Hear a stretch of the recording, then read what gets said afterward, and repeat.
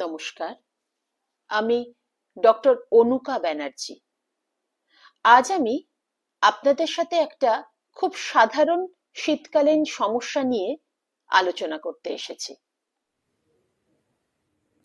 অনেকেই এই সময় এই সমস্যা নিয়ে আসেন যে শীতকাল পড়তে না পড়তেই তাদের পাম এবং সোল মানে হাতের চেটো পায়ের চেটো ফেটে ফেটে যাচ্ছে।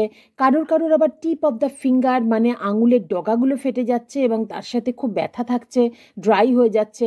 এবং প্রতি বছর ঠিক যখন শীতকাল শুরু হয় তখনই এই সিমটমসগুলো দেখা দেয়। তাহলে সেক্ষেত্রে আমরা পেট্রোলিয়ামের কথা ভাবতে পারি।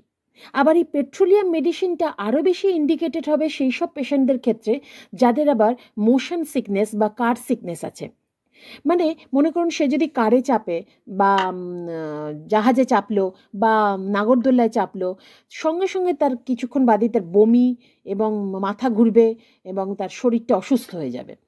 এবং তার সাথে যদি বলে যে ডাক্তারবাবু আমার এরকম পায়ের তলায় প্রচণ্ড ঘাম হচ্ছে এবং প্রচণ্ড দুর্গন্ধযুক্ত ঘাম, তাহলে পেট্রোলিয়াম অভ্যর্থ।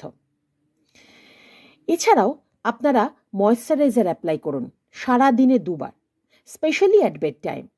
আর একটা কথা বলি, অ্যাডভাইস হিসাবেই বলি, যে শীতকালে আমাদের জল তেষ্টা কম থাকার জন্য আমরা জলটা কিন্তু কম খাই, কিন্তু শীতকালে জলটা একটু বেশি করে খেতে হবে, কারণ জল আমাদের বডিটাকে হাইড্রেটেড রাখতে সাহায্য করে। এছাড়া পর্যাপ্ত পরিমাণে ফল খান এবং সিজনাল ফল খান, যেমন শীতের ফল হচ্ছে কমলা লেবু, প্রতিদিন একটা করে কমলা লেবু খান।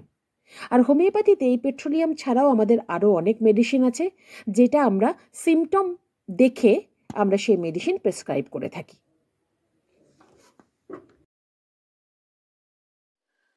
সবশেষে একটা কথা বলি, যেটা আমি আগের ভিডিওতেও বলেছি, উইদাউট ডক্টর প্রেসক্রিপশন এবং ডক্টর অ্যাডভাইস আপনারা কিন্তু নিজে থেকে কোনো ওষুধ খাবেন না।